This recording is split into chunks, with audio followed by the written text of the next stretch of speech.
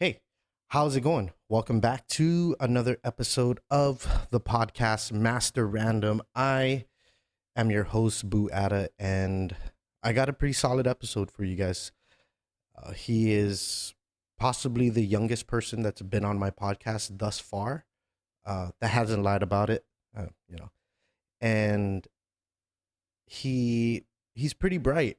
And before I start talking about him and introduce him, I do want to touch on something that's been kind of sitting and floating in my mind for quite a while now, and it's about decisions, choices.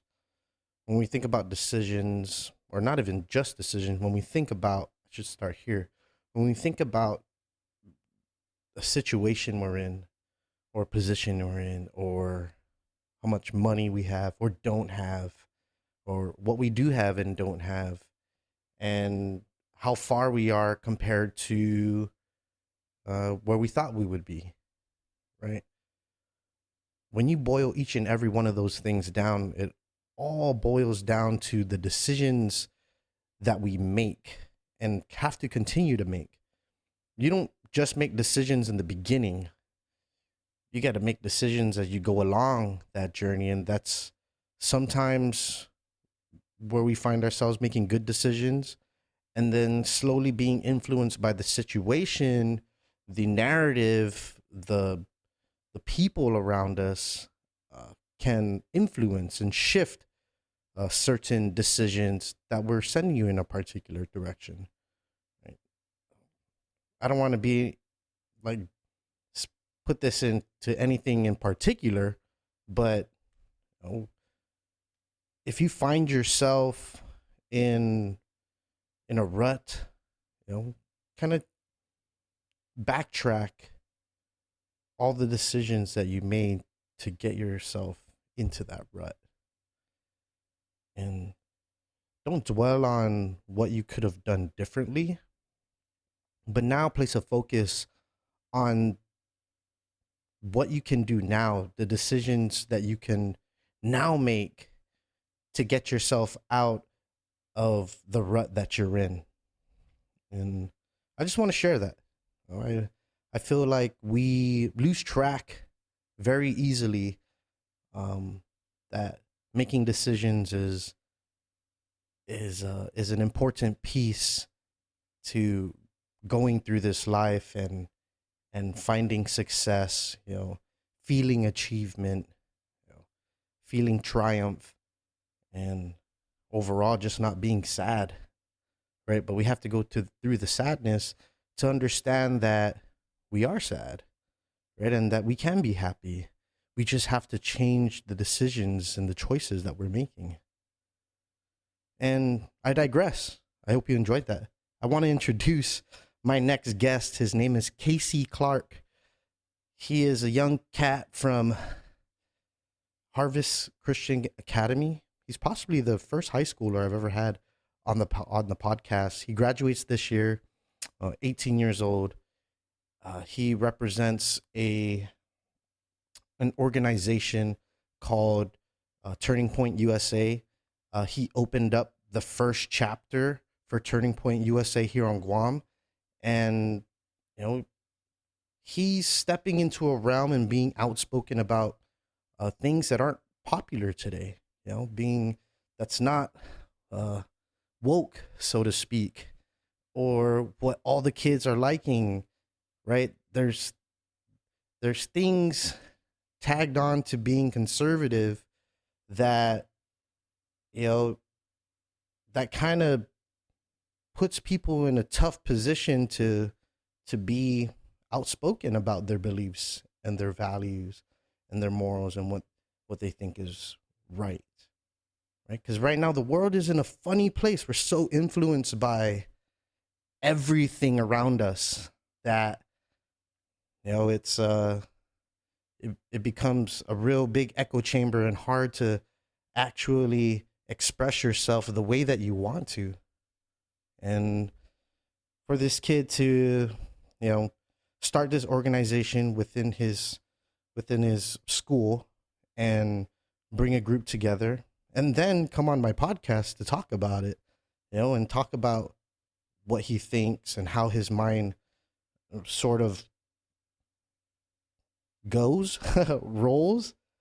I'm truly excited to see how his mind evolves when he goes out to states for, for college, for university. And the next time I have him on my podcast, I want to see. I'm curious to see what kind of evolution he goes through, right? Because society, we know what the society in the United States is like, and the big influence. If you've come from Guam or even just a small town or another small island, and you go to the United States, how big the influence of everything there around us has on our views, our political views, our outlooks, and yeah, I'm curious to see. So before I start yabbling and dabbling along, let me bring you to my conversation with Mr. Keisi Clark. Check it out here.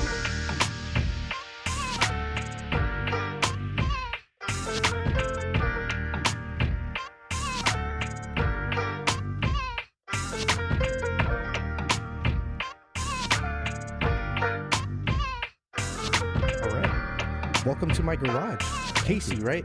Yes, sir. Yeah, it's an interesting way to spell the name. Where does that sort of background come of how you spell that name? Right? Well, I'm half Japanese. Okay, cool. Makes sense. Yeah, there it is. And we use something called romaji. And the way Keisi is spelled is Keisi. Ke is the ke sound, and I is the e sound. Okay. And si is actually supposed to be she in Japanese, but in English it became si. So that's where the spelling Keisi comes from. Okay. And your mother's Japanese? Yes. Father? Yes. Okay. And yeah, we're quite a ways. I would say we're a whole generation apart, right? You're 18. Yes. I'm 35, so there's quite a gap of years between what you know and what I know, and not that I'm smarter than you in any sense, right? Maybe just experience wise, right? And when I first spoke to you, I was like, oh man, this kid sounds like he has sort of a passion for doing what's right? Something that we're kind of losing, and we talked about this during our conversation. It's like we're in an age where kind of more morals are going out the door quickly, right? And the influence of not only of our surroundings, but the influence of the world is at our fingertips. And before we jumped on, I said you were born into technology, right? Yes. So how have you kind of not been too influenced or made it a big effect to where you've been able to keep hold of certain values of yourself? I noticed this mic stand is kind of falling, so I'm going to tighten it up real quick. Okay. Yeah. So the question was, how have I kept myself as a young person, right? Because I mean, when I was young, we didn't have the influence of people in our phone, right? It was literally just me and my friends around me, right? Who we decided to surround ourselves by is what our influence was. But in your case, being born into the technological world, how have you been able to sort of keep a stronghold on particular values that that you mentioned in our conversation? Yeah, so these days, the media is very influential in our lives. 100%. They always have been, right? Yeah, but these days especially because everyone's looking at their phones all the time. And I know some of my friends, they're on their phones, 7-8 hours a day, and they just can't stop.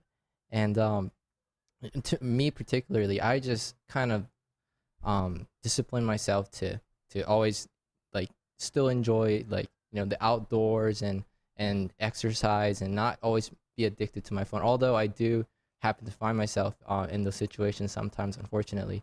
I do try my best to enjoy life a bit, and I do also, talk to my family all the time, and I spend my time outside of just my phone, Right. So What is the main influences of how, like your train of thought has been developed? yeah, so I've been listening to like Charlie Kirk and Turning Point USA. Okay. And I kind of got hooked into this whole like political stuff, especially in the summer of 2020 with all the BLM stuff going on, all the riots. Right. And I got really curious because I had all these friends posting these black squares on their social media. I'm like, what's all this about? And I started getting into these conversations with different people who were telling me that America is systemically racist, and cops are all basically evil, and that this should be abolished. And I was like, let me take a second and think about this, right? So I started researching rather than reacting immediately. Yeah. Right. Instead of just immediately accepting whatever people are telling me, I decided I need to be a free thinker. I need to research on my own what these guys are talking about and see if there's any validity in their argument. So I started researching on like the actual crime statistics based on race, and found out that cops are actually disproportionately like killed by criminals as opposed to the other way around. And I started also watching a bunch of videos on these topics. I don't know if you've heard of Brandon Tatum. I have not. No. Okay, yeah. So he's a big conservative. He's a big guy in the conservative circle right now. Okay. Yeah, he's a big guy. He used to be a cop, and I remember watching. Big guy, both physically and literally and figuratively, right? Yes, okay. So he's kind of like this influential figure in the conservative circle who talks about his experiences as a cop and how he overcame some of the backlash he got from all the BLM riots and everything like that, and how he was personally basically targeted for being a former cop, and being a black man in America. He can kind of combat those leftist arguments that specifically said, black people are being targeted by the cops, because he was a cop, and as a black man, he has those personal experiences. Did you always find yourself leaning towards the conservative side? Okay, so I mean, you're still young. I have to literally put that into my brain that your political views literally could have only developed over the last 2, 3, 4 years, right? Right. So I mean, was your upbringing more of on the conservative side? Yeah. Well, so I didn't really have any political views when I was really young, but I did have those like conservative values like kind of implemented in me. Religion, family. Right. So my dad is very conservative, but he never like really talked about politics until like I started really talking about them, honestly. And my mom, she's Japanese, so she doesn't really pay that much attention into American politics that much. And it was really just on my own research and from what I found that convinced me to be a conservative. And that was about maybe a year and a half, 2 years ago, actually. Yeah, pretty recently. Yeah, when I was young, and your age too, I found myself, and even when I registered to vote in the United States, I registered to vote as an independent, because I found myself moving out to Arizona. I lived in Tucson. Tucson was the most liberal. Pima County was the most liberal county in all of Arizona, which is Arizona is a very conservative state. Right. So you can see the influences there. Right. And also within the universities today, educational institutions are very much known for having leftist views, very liberal thought. Right. And pretty much the driver into what most late 20 or 20 to 30-year-old thinkers are influenced by. Right. So, I mean, even to the point where I did vote for Obama in 2008, right? Because that was just what the influence was around me. And, I was like, okay, I come from a conservative background. You know, my grandfather and my father both Republicans in the legislature, and you know, I found myself sort of in this political divide. And I'm like, oh man, you know, it's okay. Well, it was something that I needed to explore, and I feel like it needed to happen as a youngster, and I'm very curious as to whether your views will evolve like that. You know, when you decide to go to college, wherever it may go, right? Right. If it's a state college, and I'm pretty sure that is very dependent on the type of university you go to, right? Whether it's state or Jesuit, right? Yeah. So you know, it almost seems as if, you know, maybe I don't want to say that your views are still fresh, or maybe like you still maybe need outside influence, right? Have you like traveled stateside recently, or lived out there maybe for a few months over the summertime? Yeah, so I never lived in the mainland, but I have traveled a fair amount of times. Yeah. And to your thing about you know, exposing myself to different worldviews. Yeah. I do happen to, you know, be surrounded by a lot of people in school, especially these days, because the younger generation are predominantly more left.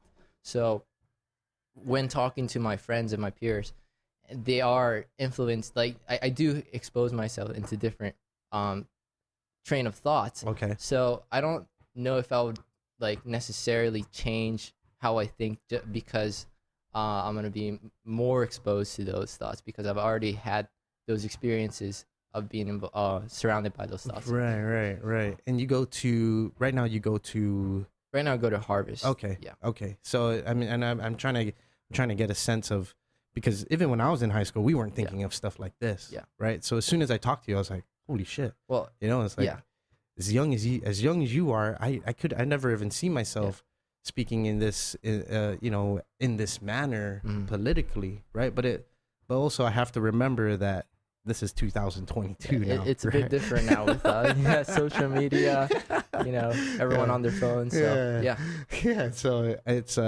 it's pretty interesting, and you know, I wanna say that as I grew older, you know, I became more conservative, right? And more of my liberal views when I was in college kind of like withered away. It's like, no, that don't really make sense anymore, right? And there is a saying, I don't want to butcher it, and maybe in the pre-roll I'll look it up and I'll say it in the pre-roll, but it's to the effect that as a youngster, a lot of young people start off as very liberal minded, right? Free thinking. In that, I don't want to say free thinking. That's sort of a wrong connotation, but liberal minded, and then as they get older, they become more and more conservative. Right. I forget who said it. I forget what it was, but I'll make sure I note it down to say it in the pre-roll so I can do that. Okay. Yeah. So I mean, being in school. Okay, so granted, you started forming your group, your views, you know, within quarantine, right? And then, you know, did you have a hard time sharing those political views with peers? Yes, I definitely did, especially when I basically knew that all my friends that were at least public online had opposing viewpoints, you know, and it took a long time for me to even say anything political on my social media, and without your heart going right, and I even just talking to people about these topics, 100%. You know, just made me you know, very nervous about my life. And it was not until like pretty recently that I started posting things on my social media saying that, hey, I'm meeting with this person from the Republican Party, and I'm doing this thing with Turning Point USA, which is a conservative organization. I'm familiar. Yeah. So, and it still is a little bit, not nearly as much as it used to be, but I still have that sense that I'm going to be judged for what I'm going to say.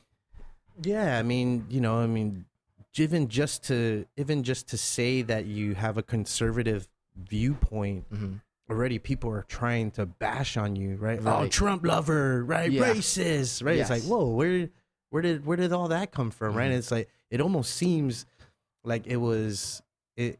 Yes, media, social media is a huge proponent of it, but why? Like, in your head, Mm-hmm. and in the kids that you talk to, Mm-hmm.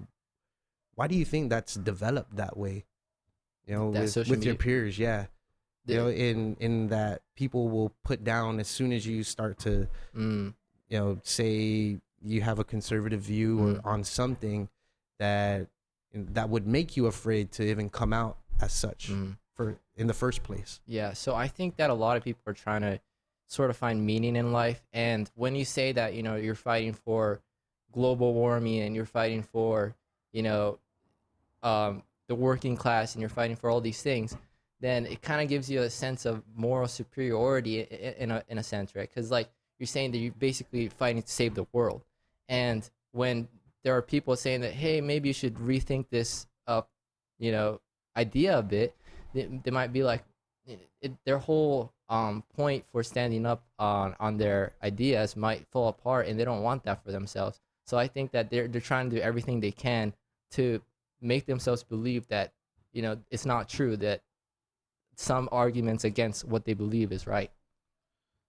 Some arguments, yeah, yeah. I mean, but people be people become so stuck Mm-hmm. on the fact that what they think is the only thing that's right. Right. Right? It's almost like a blanket statement. Mm-hmm. What I believe, everybody should believe, and if we don't agree, we shouldn't talk about it. Yeah. And it's not the way to go, right? Yeah. And especially in public, in a place where you should feel comfortable speaking your mind and speaking, talking about your views with other people. That's the way society eventually develops the best, right? Is differing views. Yeah. If we all agreed with each other, then what's the point? Yeah, what's the point? Right. Exactly. Yeah. And so, I guess from your standpoint, and I think I'm going to keep touching on this from your standpoint, is, how do you see everybody, and maybe your peers in particular, getting through these next few years, critical years, Yeah. right? Because since 2020, you guys spent school at home, Right. no social interaction. Yeah. And when you finally did get social interaction, it was barely even, Yeah. right? Right. Masks, right? Yeah. Shields, Yeah. plexiglass shields, stay in your desk all day, Yeah. right? No touching or anything like that. Yeah. So I guess I don't have that perspective, because I've been going to work since 2000. Pandemic didn't exist for me. I've been working ever since, right? So Yeah. It's been very different for sure. yeah. And I don't know. I still honestly feel like I'm a sophomore, because the last 2 years of my life I was online. So it feels kind of weird knowing that I'm gonna be basically graduating in a month. So yeah, it's been a very different experience, and even with masks too, because like it's kind of hard sometimes to read people's facial expressions and understand what the teacher's saying. Yeah. And on plexiglasses too, you're kind of trapped in a box, and it's hard to pay attention sometimes. You can't see the screen very well, can't see the teacher very well. So it's a very different experience for sure. Do you think we can come out of it? I mean, do you think are they showing signs within the school that they're going to come out of this COVID pandemic style of learning? Because in my opinion, nobody's learning shit. Yeah. Well, At all. yeah. It's like, how do you even teach? And you can even see young kids, and they're just like literally crying to get off the computer, because they're at a computer 8 hours a day, right? Well, I think that my school wants to get out of that, all the COVID theater, in my opinion. But I think it's part of the government. It's COVID guidelines, and they're kind of obligated to follow that. So as much as they want to get out of that whole system, they can't. So I think, from my understanding, I think that's what it is. Yeah. What made you go out and speak publicly about your thoughts at the public hearing for the? Oh, public health emergency. Yeah.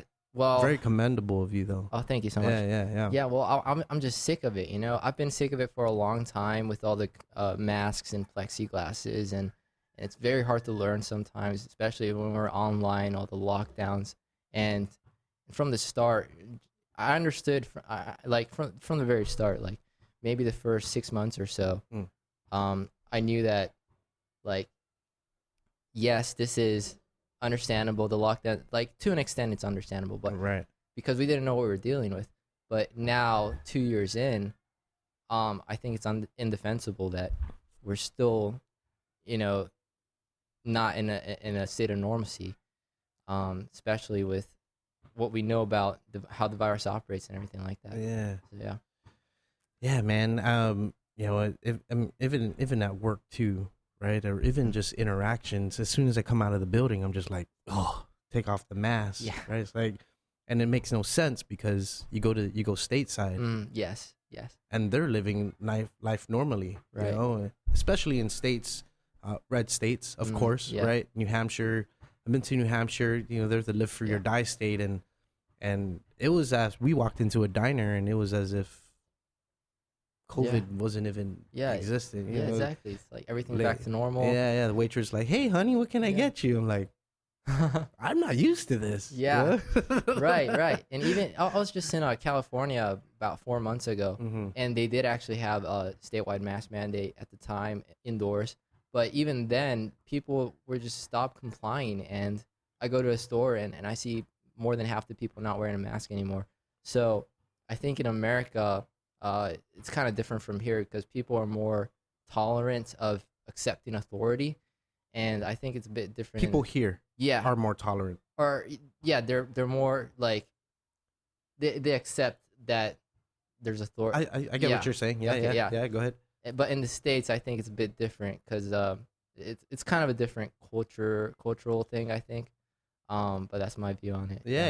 And I don't think you're wrong at all, right? Yeah. We're very, very, very, very much so tolerant society here. Yeah. Right? It's like, whoa, you're not following the rules? Come on, man, get with the program. Yeah. Right? It's very collectivist. Yeah. I went to I won't name the event, but I went to an event and I was the only one not wearing a mask. Yeah. And in my head, I'm like, okay, guys, we're outdoors. Yeah. You know what I mean? Like, what's the worst that can happen? First of all, it's January 2022. You know, and we're still doing the mass outdoors thing. Yeah. You know, and there was just a report, article that said outdoor mask mandates, end sometime this month, right? Yeah, and sometime. And in my head, I'm like, wait, that ended for me long time ago. Yeah. And I'm pretty sure most people on this island, like, you think about it, and there's no smog in the air. We get fresh air. It's been, it's super breezy. Yeah. What is it? What is there to happen? Right? I don't know. It's unscientific too. I know the CDC no longer recommends wearing a mask indoors where community community levels are low to moderate, and there's no recommendation on outdoors at all. So the fact that Guam has an outdoor mask mandate to begin with is very preposterous to me. Yeah. Do they still require you guys to have masks because the government said so? Yes. in schools? Basically. Okay. But I think that some students are just very fed up with it and they stop complying. Some teachers are kind of getting tired of it as well, and they're not as strict as they used to be, understandably. Yeah, and it makes no sense when people are indoors, they're wearing a mask, but their mask is down here. Yeah. And they're like talking, they're like, sorry man, I mean, my mask is going up and down my face like this. And you know what? I'm just gonna put it down here on my chin, like a chin strap. Yeah. And a logical person would be like, "Oh, you just take it off." Yeah. It's like you're making us sick anyways. Right. If you're gonna make us sick, you're not doing anything to help. Yeah. So this might as well just take it off. And it's come to a point for me right now is, if you want to wear it, wear it. If you don't want to wear it, you don't have to wear it. Exactly. And it's, and why we still have to obey rules are, well, of course you have to obey laws and stuff, but these mandates that sort of don't make sense. Yeah. And when you have to like think back and like, all right, make it make sense, and then I'll do it. Right. But we're just complying for the sake of complying at this point. It's nothing scientific. And they're leaving it, I'd like to believe they're leaving it just for the sake of having the power. Yeah. Right. Yeah. Because when everyone's wearing masks, it instills a sense of fear. And I think that's part of the reason why compliance and compliance. Yeah. That's part of the reason why they've been able to justify the forever prolonged state of emergency. But yeah, that's what I think. Yeah, man. It's kind of funky. Kind of funky in a sense. I don't completely agree with it, and I'm sure a lot of us don't agree with it, and but like you said, we're a very tolerant society here on Guam. We're not going to see people fight, and barge at a loop, with 100, with 160,000 people. Yeah, not going to happen. Never going to happen, right? Mm-hmm. And so it kind of makes you wonder of the mindset of society. Where are we as a society, right? How are we supposed to evolve, and how are we supposed to develop as a society when as soon as the power that be says something, we all turn over on our backs and get our bellies rubbed. Yeah, right? For sure. Yeah, and that's part of what we try to do at Turning Point USA. We're trying to promote freedom, and we got to think freely. We can't just accept the status quo all the time, and we got to think outside the box and stop accepting everything that your authorities tell you. And you brought up Turning Point a few times. You want to give some background on it? Sure. I only know about Turning Point because I've seen videos, random videos, maybe Ben Shapiro's on it and stuff like that, right? Mm-hmm. Kind of putting down, not putting down, but, rebutting against certain thoughts of getting my train of thoughts. There you go. Yeah.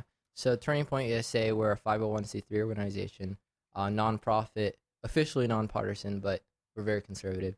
And we try to promote values that are pro-American, free market capitalism, limited government, fiscal responsibility, basically everything that built America and what made America so great, natural rights, the Constitution of the United States. So all the good stuff. And we're trying to empower young people with those ideas because these days, schools, like you had mentioned before, are very left-wing, and they're becoming indoctrination centers. For left-wing ideals. So we're trying to kind of bring back. Let me pause you there. Yep. When I was going to college, I took a course called Globalization 2.0, and basically taught us, how to globalize the world, right? Which is not a very nationalist thinking. It's very outsource your resources to get it cheaper, whether it's labor, whether it's parts. Yeah. Right? Makes sense to an effect. Yeah. But it does nothing for the place that you live in. Right? Yeah. Because the place that you live in is losing all those opportunities. Guam loses opportunities all the time to people that can do it cheaper elsewhere. Right? But anyways, I digress. Go ahead. Okay. Where was that? Turning Point, 501c, trying to convince people. Yeah. So the schools are indoctrination. Yeah, basically becoming indoctrination centers, and we're trying to basically de-radicalize some of the institutions and schools that have been hijacked by the left, and it's becoming very radical to the point that we're teaching that men can menstruate, for example, that men aren't, saying that men are not women is somehow a radical viewpoint, that there are two genders is a radical viewpoint. So it's a very crazy world we live in right now. So what TPSA tries to do is we're fighting in the culture war and trying to convince people that what we're teaching or what we're trying to educate is not a radical viewpoint. It's just common sense, and we're bringing people back to a sense of reality. How did you get involved, and how did you bring it here? Yeah, so I first emailed Charlie Kirk around late 2019. And he is He's the CEO of Turning Point USA. And I initially didn't get a response. So I emailed again, and I contacted TPSA team, and they said, yeah, sure. But I don't know if you can get a chapter started at your location. And basically, at first we were rejected. But I kept trying. I'm like, hey, no, we want to do this. We want to have the so-called activism kits, which is with all the posters and everything of free market capitalism and all that stuff. And they finally agreed. They said, okay, yeah, sure. Actually, we'd love to get us chapter started. So they sent us all the information kits and everything. And we're actually we're supposed to be the first Turning Point USA chapter outside of the states, like all the states. But Puerto Rico took that title 2 days before. Oh, no. And if they had responded to our... Damn you, Puerto Rico. Yeah, I know, right? If they responded to our request sooner, I think that we would have been the first. But anyway, yeah. So you got involved just by reaching out? Yeah, by reaching out. I got inspired by the stuff Turning Point USA is doing and what Charlie Kirk's been up to. So I reached out to them. They said yes. They sent us all the kits and everything. And I got a couple of my friends. And, I had to make sure we had at least 4 or 5 people at first to start a chapter. So I had to get some of my friends to support it. And it's like, hey, man, don't worry. You don't have to believe in it. Just no. Yeah, well, yeah. The VP is very conservative as well. And so you had to find very like-minded people around you to be able to push this forward. Right. But it was kind of hard, getting it started because it was, 2020, COVID, everything. And it was very hard at first to get any members because we couldn't have any in-person meetings. We just kind of did online meetings. We played Among Us a couple times online. And, we were there, but we weren't really thriving, right at first. Yeah. And so how are you guys now? What's your group like now? How big are you guys?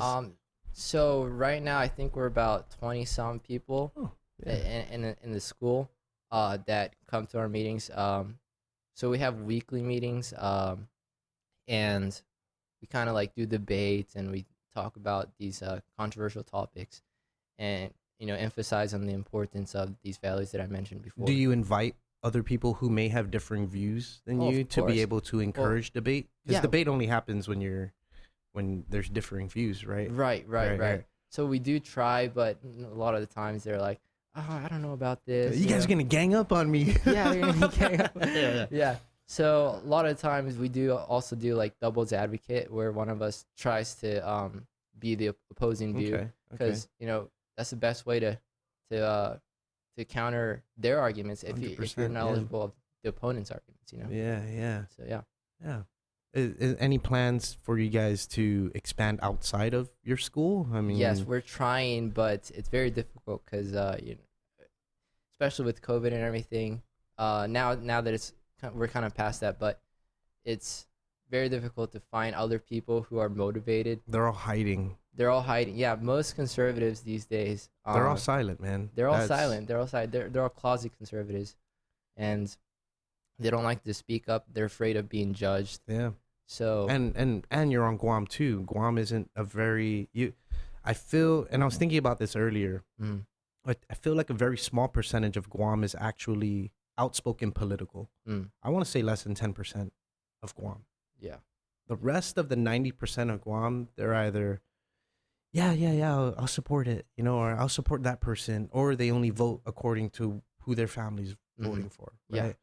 No real political knowledge or political acumen, right? And that very small percent of people, of people who are politically outspoken and active, it's not enough, right? And when you said 20 people, I'm like, shit, that's a lot for Guam. I mean, yeah. And the fan just came apart, but it is a lot. Yeah. And it's pretty impressive that you can garner that many people, right? And I feel like I feel like because you're still very young, Mm. right? The potential to grow even bigger is so much more possible, right? And yeah, it's very exciting to hear potential expansion. But Yeah. you're right. Mhm. Where do you find these people? How I do you don't get them know. out of the woodworks? Yeah, it's very Right. difficult, especially being a senior. You're I'm on your way kinda, out. yeah, Yeah. I'm on my way out, so I have to find someone who would take over and do the work. You're going to school off island? Yes, I'm Okay. planning to. Yeah, Okay. yeah, Yeah, so that is kind of a difficult road for the society in itself, Mhm. right? Mhm. Here on Guam, and kind of just take the reins Mhm. and go and find other people. And like we said, it may be an impossible feat, yeah. Unfortunately, but you Yeah. can use that core group. Don't let that discourage you from, using that core group to still be able to spread the word, Yes. right? Like I said, people don't outspokenly support things, but they will support in the confines of their own home, yeah. right? Right. But it's pinpointing Mm. who. Are you Yes. guys pretty active in that respect? Well, it's been very difficult. I've tried reaching out to different, like, more conservative groups like the Freedom Coalition and the Guam Against Tyranny groups, and so far, I haven't had that many people reach out to me, and even if they did, it turns out they're like fake, or they, they weren't actually gonna do it. So it's been very difficult, but I have made attempts, and if anyone's listening to this and are interested, please reach out. Yeah, it really is a big a big reason why I wanted to bring you on, because my listenership, it's people around my age, younger than me, and you capture this much younger crowd, right? A demographic of growing young adults who 10, 15 years from now will be possibly running for senator, right? Owning a business, Yeah. right? Affecting the economic and political landscape of Guam, right? Yeah. And coming back from the States and bringing the ideologies that they learned from the States Yes. back here, Yeah. right? To create some kind of influence.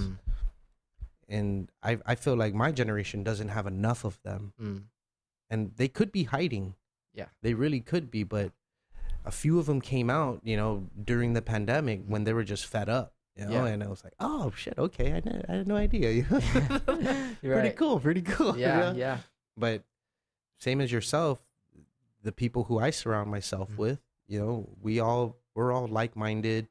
We don't consider ourselves completely right, but we explore the ideas that, like we just can't take everything for face value. Yes. You just kind of have to look a little deeper. Whether there's propaganda throughout the whole world going on, and it's even 10 times worse than in World War II, right? And what they call propaganda during so news during wartime is propaganda. News during peacetime is just news, right? So it's just propaganda forever.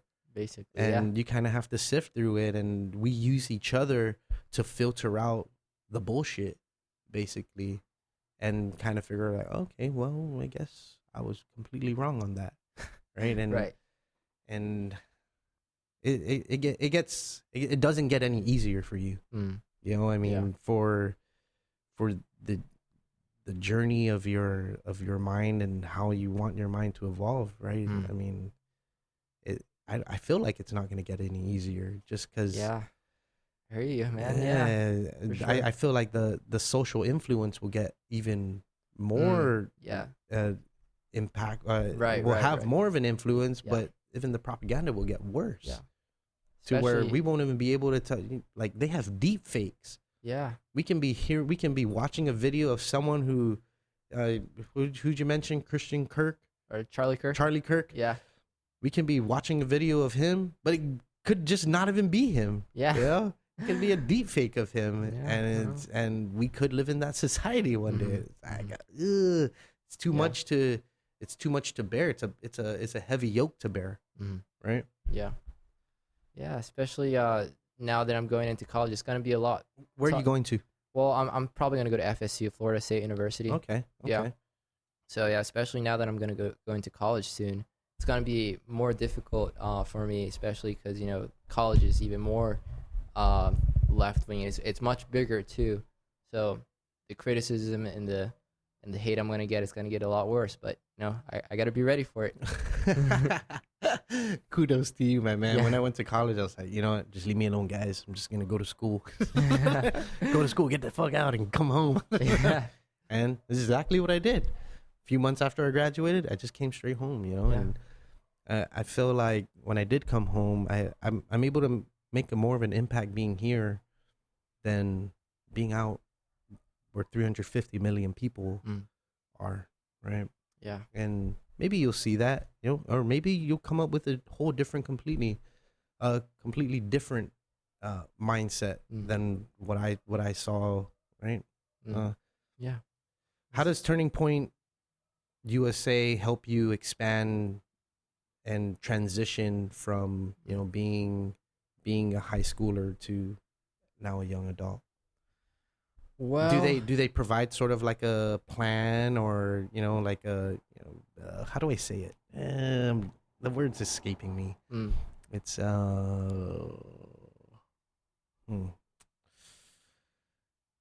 like a roadmap. There it is, like Okay. a roadmap. Yeah, Okay. yeah. Or is it just sort of like a general thing? Well, it's kind of like a general thing. I guess, apply to work at Turning Point USA if I wanted to, Yeah. but that's kind of it, honestly. But yeah, it's definitely made me a much more of a free thinker, and listening to all their videos and watching their stuff has really made me think about all these topics, all these controversial things going on around the world. Yeah. So yeah, it's definitely had a good impact in my life, I'd Yeah. say. What's your viewpoint of government today? Up today on Guam, Yeah, or on Guam. Yeah. on Guam. I have a lot to say on I that. mean, But we don't have to pinpoint, Yeah. any particular people Yeah. or the administration, just, just government, and how it's being handled, and what do you think it can do better, from your standpoint, from your young mind? Yeah, well, I think that first of all the mandates need to end immediately, and the state of emergency, all the COVID theater, I think, should end. And I think we're not on a good path in terms of leadership standpoint. We have a leader that says they're gonna do this thing and do another, and So you have been really paying attention over the last couple years. more nationally, but somewhat locally as well. Okay. Yeah. But yeah, especially and on a national standpoint, definitely not on a good path. I don't think that President Biden is coherent. I don't think that he's making the best decisions, and I think that his presidency has been a disaster so far. Oh man, yes. Coming out of Afghanistan. Yeah. Oh man. Leaving all those weapons and giving it like to $1 trillion worth of weapons and machinery. Right. Yeah. It was just a bad evacuation. Not even evacuation. What is it? Leaving. Right. Just bad overall. I was up when it happened. It was about 1 a.m. here, and I stayed up to about 5 a.m. because I was just like so mind blown at what was going on. Just the chaos. Yeah. Of what was happening. Yeah. In Afghanistan. It's like, how is this happening? Yeah. How do you mess this up? Right. And I think the whole reason why we're in this whole Ukraine situation right now is because the whole world has seen how incompetent our leader is, and they're taking advantage of that. Yeah. And one of the first things that Biden did when he came to office was, cancel the Keystone Pipeline, making America less energy independent. And that's part of the reason why oil prices went up, gas prices went up. And with all the federal printing that happened, we're seeing crazy inflation like we've never seen before. And really a lot of the problems that are going on right now could be attributed to the administration, federally and locally, and I don't think we're on a good path right now. Yeah, we definitely are not, and you kind of watch the videos of President Biden, and you're like, oh, you start to feel bad. Yeah. And it's like, oh man, this guy's really getting it, but damn, this is what the people chose, you know? Yeah. It's like, Crazy. Well, yeah. and we had nothing to do with it, you know? Right. Yeah, and I recently saw a video of Obama and Biden in the same room. They were having like a conference or something, and I watched as Obama was basically overshadowing Biden, and I just felt kind of bad for him because it doesn't look good on him. Yeah, it doesn't. You know, people ignored it. He was kind of like standing by himself on stage, like, okay, well, I guess I'll go this way then. You know? That's what I do at a party, you know? Right. It's like, no one to talk to. Okay, I guess I'll leave. Yeah. Not the president of the United States, you know? Yeah, Right. and Obama completely stole the show from him, right? And so, you know, he'll go back to thinking like, I'm never inviting that mother. I'm never inviting him again. Yeah. Ever. Yeah. Jill, tell Barack he's banned. Canceled. Yeah, canceled. Yeah. What's your thoughts on cancel culture? Well, I think that it's mostly bad right now, especially because it's against the right. But I think that like cancel culture, like some things should be canceled, but Interesting. Okay. yes, like I don't think that like men. Is it leftist views that you think it should be canceled, or is just? Well, no, I'm mostly in favor of like free speech, but I think that things that are like very inappropriate to children and stuff like that should be canceled. So, but mostly against it, especially these days with what's going on. Yeah, man. People are afraid. People are just afraid to even. And I think that's what makes people afraid to speak out. Right. Yes. Right. And maybe that's why people are hiding in the woodworks and not want to express their true thoughts and intentions and values because of being afraid of being canceled. I had someone recently contact me. We did a podcast, and they asked me. I won't mention who, but they did ask me to remove some content that they said for being afraid of being canceled, because they're trying to make it go venture out on their own away from the corporate side and more on the entrepreneurial freelance side. Yeah, everyone's and being they're canceled afraid these days. and they're afraid that if colleagues or associates were to hear what they had said, and in my head, I haven't listened to it yet, but I know what was said, or I haven't listened to it again, but I know what was said, and I don't think it's that bad, right? But just that little fear, it's like, wow, it's amazing. It's amazing what a little fear would do to somebody, to go at lengths to have a conversation that we had years ago, man. Yeah, this is 3-4 years ago. Crazy. That we had this conversation. Yeah. And they're like, please just remove. You can remove the whole episode. That's what they asked. Wow. And I was like, I'd rather not. And they're like, okay, remove like this 30-minute segment. I was like, what? Yeah. So I haven't done it yet, and I'm so sorry if you're listening to this, but I just don't have the time, one, and I have to go through my raw files and pull it out and literally go to the part that they want out and to cut it. But it makes no sense to me. Why? Yeah. I've said I probably said, and I probably said a bunch of things on this podcast that could get me canceled. But I'm not. Why am I going to be afraid? This is what free speech is. Right. And one of the most famous podcasters almost got canceled. Joe Rogan. Yes. Right? Joe Rogan. Yeah. And he did F up, by pulling the N word, multiple times. But just the fact that they can go back that many years, and they have people on their side, whoever, I believe, I forget what the group's name is. It's 3 guys, 2 or 3 guys that led the charge on this cancel culture for Joe Rogan. And pulled out thousands of hours of conversation to see where he said the N-word at, right? And tried to use it against him, Wow. you know, but his personality and himself, right? And, being able to talk to people, it doesn't matter what race you are or ideologies or background, he was still able to have this conversation with them.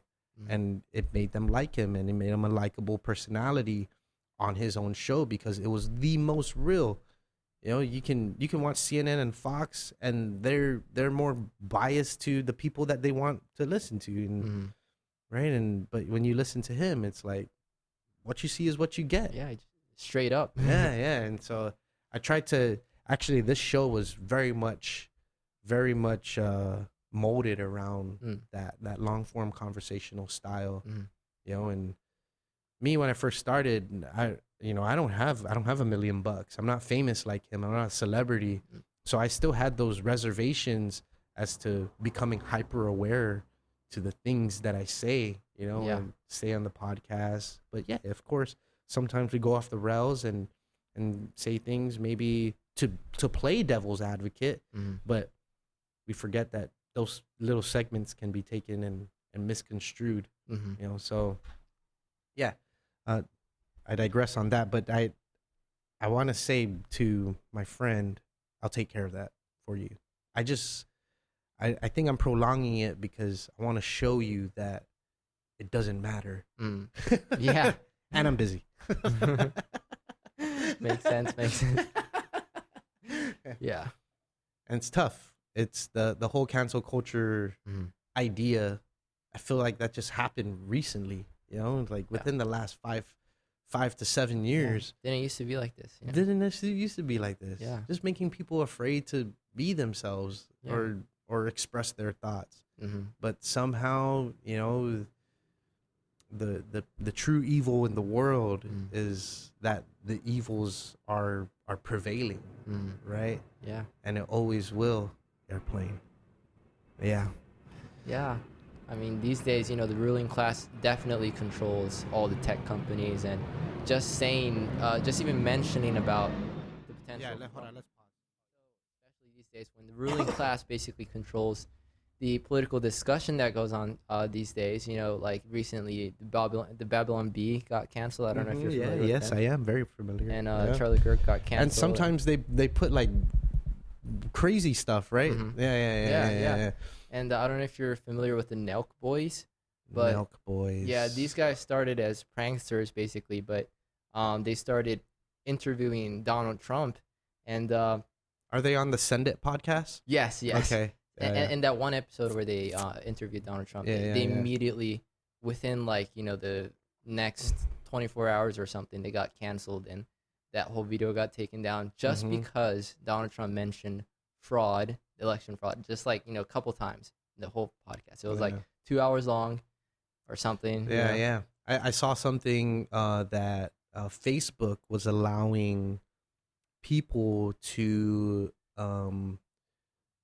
say negative things about Russia, to the point of assassinating people and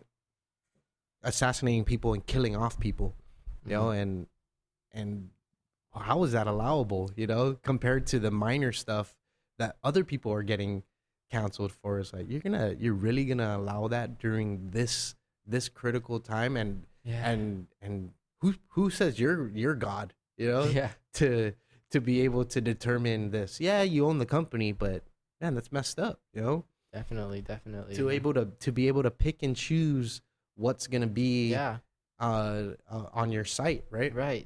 They got to decide if they're going to be a publisher or a public forum, because they're acting like a publisher at the moment. And if they're going to be a publisher, they're going to have to, man. Yeah. And if they're going to be a publisher, they're going to have to be liable for lawsuits on things that they're on their website. The whole point of Section 230, is to protect public forums, because they're not liable for the things that are going to be on their platform.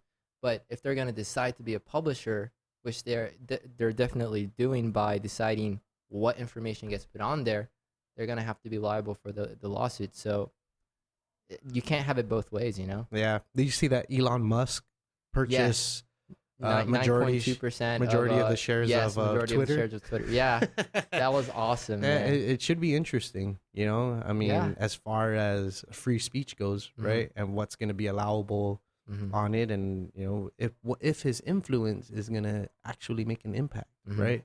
Yeah. And of him being a majority owner and on the board for Twitter, right? Yeah. Hopefully it's gonna turn Twitter around for the better. Yeah, and what's been happening with social media has encouraged other social media outlets to sort of be born out of these out of censorship, right? And for a long time, I remember that America was very big proponent against censorship because of China, right? And China, they pretty much censor everything and filter and control all the information that's being sifted through billions of Weibo chat texts, right? And and their social media platforms and even their websites, so for the United States to sort of take that seat and kind of run with it and act like they're not doing the exact same thing that what the US has been fighting against for many years is kind of crazy. Crazy Yeah. for sure. And I this is sort of what I've boiled what's going on in the world today. There's so much stuff going on in the world today. It's just so hard to pay attention to everything and worry about everything. Yeah. And maybe you'll start to see it, and you're still young, so keep the drive and that you have and the passion that you have for fighting for rights and fighting for freedom. But as you get older, like myself, you kind of like get worn out a bit. Yeah, it's just like, oh, I'd just rather stay home and take care of my kid, Yeah. But then I'm sure there'll be a point where I'll start seeing, putting my baby in, whether it be in daycare or in school, or after school care, or summer camp, or whatever it may be, putting him into society and seeing how society has an effect on him, for me to be like, okay, shit, I actually need to take some sort of stand and actually need to pay attention to particular things. I can't just completely cut out the world. Yeah. It's time for parents to stand up. Yeah. And maybe over the last few months, I've been kind of coming to that realization, but not fully. It hasn't been fully realized. I'm still in the mindset of, my baby's my baby. Take care. Nothing's gonna happen to my baby, but it'll come to a point where I cannot control those things anymore. Yeah. But I would have to use some sort of influence to kind of to shape maybe the society that he enters into. Right. Yeah. Yeah, for sure. And hopefully we don't get into a position where, CRT is going to be taught in schools in Guam, or, any of the really radical indoctrination stuff. But it's going to be up to the parents to take back those schools. You guys are going to have to go to school board meetings and hopefully ban all that kind of garbage ideology. Yeah, do they still have PTOs or PTAs? What is it? I don't know, parent-teacher associations? Oh, where parents are really involved in what the schools are deciding and stuff like that. I feel like they don't really have. I need to ask my teacher friends. Yeah. If they still have that. Yeah. Maybe they've been getting away with too much shit for the last 2 years. Yeah. Yeah.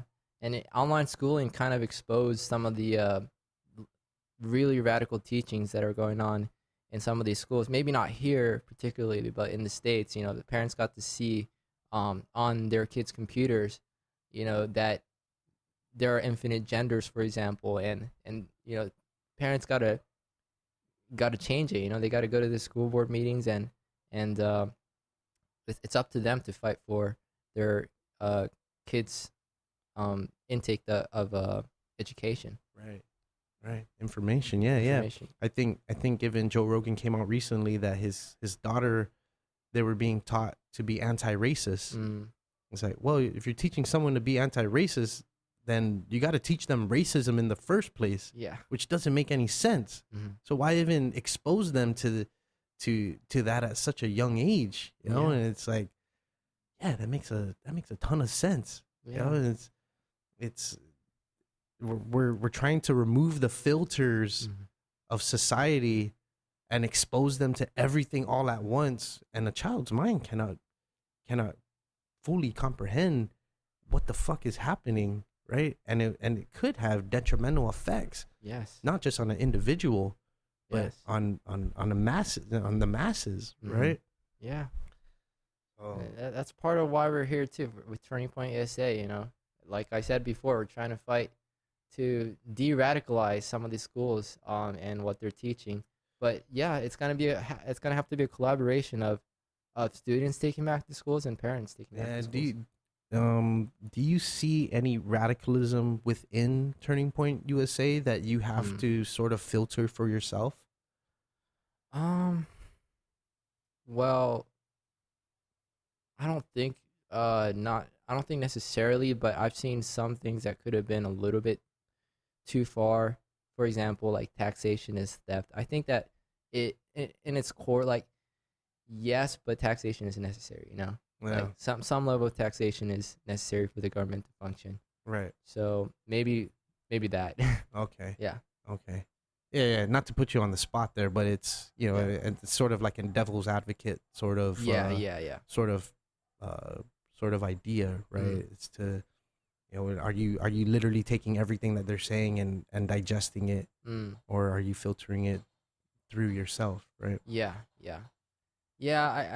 I do that. I don't just accept everything. Like I said, I like to be a free thinker, but the reason why I do what I do with Turning Point SA is because it's what I agree with the most, you know. Yeah, And makes sense. Yeah, and it's my way. It's my platform of fighting for what I believe is right for America and what's right for Guam. Yeah, so it's become the foundation, basically the foundation of where potentially your frame of thought would would sort of blossom, right? Yeah, exactly.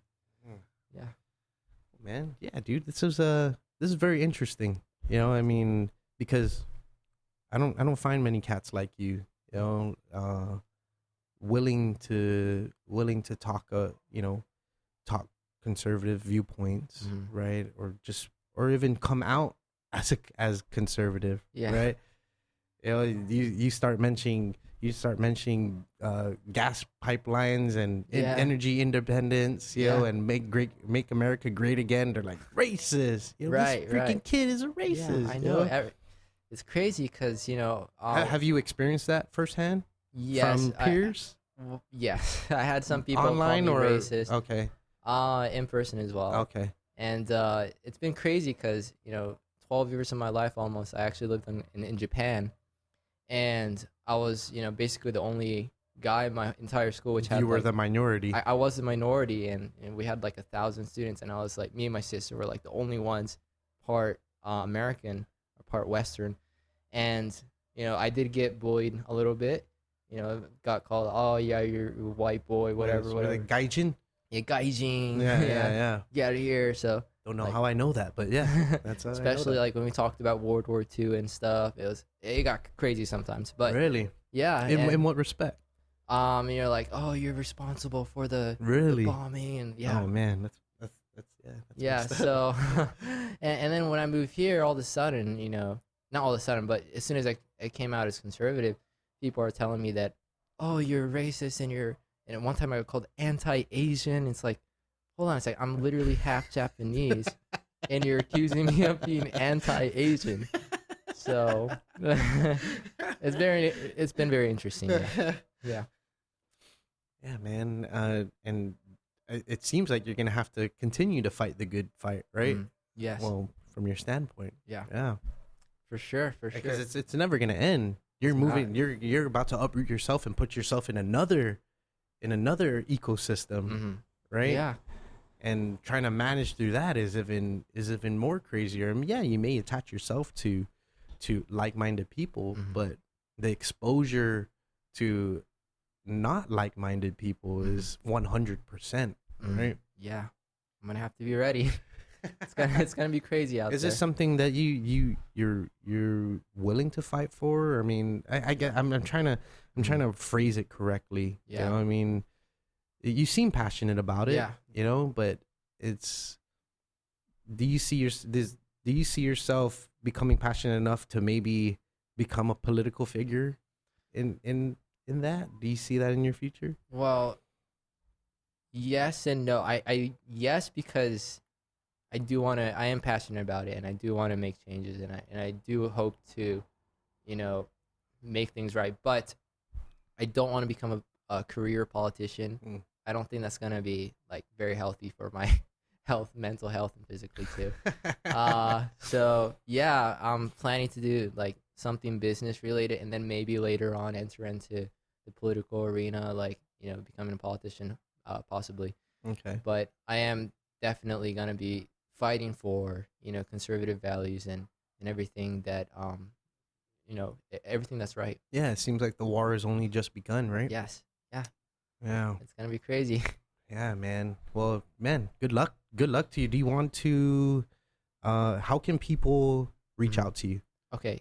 So I have an Instagram. It's Keisi_Clark, KEISI_CLARK. And if anyone's interested in Turning Point SA, please reach out to me, and I'll help you get a chapter started on Guam, hopefully. And yeah. So the chapter on Guam hasn't officially started. Oh no, we do have a chapter, but I'm saying we can start more chapters in different schools. I see. I see. Yeah. Well, it may be beneficial just to have one chapter, right? How does that work? So how chapters for Turning Point SA works is that we're officially supposed to be affiliated with the school, and my chapter is for my school, Harvest Christian Academy. And if we can get other schools to start chapters as well, then we can all work together as Turning Point SA and grow our presence here and promote freedom, across the island. So, yeah. Unpopular opinion, man. Yeah. You're gonna be facing that. I mean, here on Guam, it's people want to do what's cool, right? Yeah. And it definitely is not the cool thing to pursue. Right. It's definitely easier to just lay back and show your abs on Instagram and shit. Right. Yeah. Show your accolades and everything you've done, rather than fight for what's true and what's free, right? Right. Yeah. Liberty is hard, but it's worth fighting for, and that's what I try to do. Yeah. What is so contact. You don't want to put your phone number on here. People email you. How can people? Yeah. Did we cover it? Turning Point. Yeah. Okay. Yeah. All right. And if you want to find out more about Turning Point, there you go. Yep, the organization, you can go to tpusa.com. tpusa.com. Okay. And if you want to get directly involved, you can type in tpusa.com/get-involved. And you can reach out to them that way as well. So, yeah, and Keisi is the easiest way to get involved here on Guam locally. Here on Guam, yes. Yeah. If you were, is there a max age that people can get involved? Yeah, so we're primarily for high school and college campus students. So that ranges from around 13 to 22, 23. But you can start what's called an activism hub, which is different from a regular chapter. It's not affiliated with the school, but rather the like the local village or the local county in the States. So I think, I'm not totally sure on the the age range for the activism kit, but I think that there is no age range on that, but I'm not totally sure on that. Yeah. Okay.